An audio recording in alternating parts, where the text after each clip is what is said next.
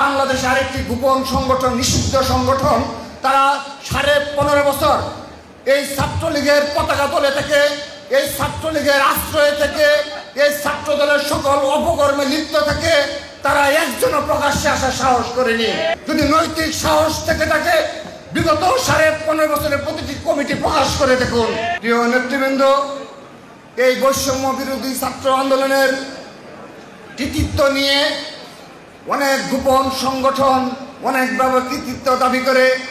আমরা ছাত্রদল লুকিয়ে লুকিয়ে মুচকি মুচকি হাসি আর বলে দেই, এই বাংলাদেশের প্রতিটি ইঞ্চি মাটিতে ছাত্রদলের অবস্থান।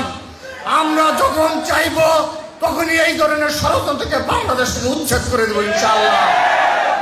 সেজন্য খুব হুঁশিয়ারি করে ষড়যন্ত্র করবেন, এমন কোনো ষড়যন্ত্র করবেন না যে ষড়যন্ত্রের কারণে 1971 সালের ন্যায় আবারও আপনাদের কোনো বড় ধরনের কোনো বিচারের মুখোমুখি হতে হয়। যেভাবে এই গোপন সংগঠনের তৎপরতার মাধ্যমে ইতিমধ্যে সাধারণ শিক্ষার্থীরা তাদেরকে বয়কট করেছে এবং আপনারা সোশ্যাল মিডিয়ায় দেখেছেন, তাদেরকে বাংলাদেশের ছাত্র সমাজ বয়কট করেছে।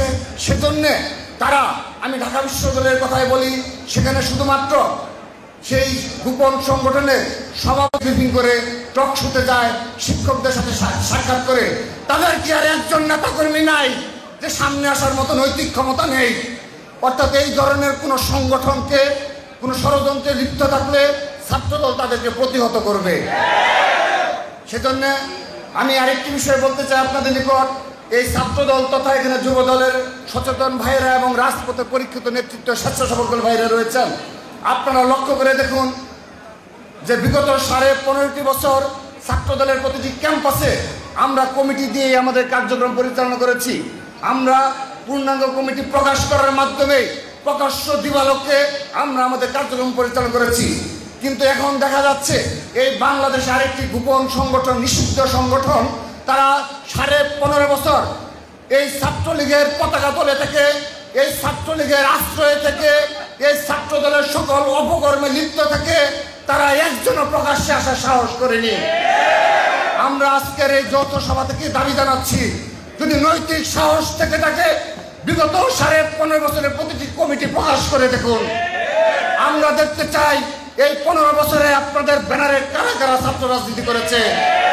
এই ছাত্র সমাজ জানতে চায় এই 15 বছরে আপনাদের নেতাকর্মী কারা। যখন এগুলো প্রকাশ হবে আপনারা দেখতে পাবেন অধিকাংশ ছাত্রলীগের অপকর্মে দূষররাই তাদের নেতাকর্মী। সেহেতু এরকম কোন সংগঠনকে আমরা বিগত আগামী সময়ে যখনই কোনো ষড়যন্ত্রে লিপ্ত হবে আমরা সাথে সাথে সেই ব্যবস্থা নেব।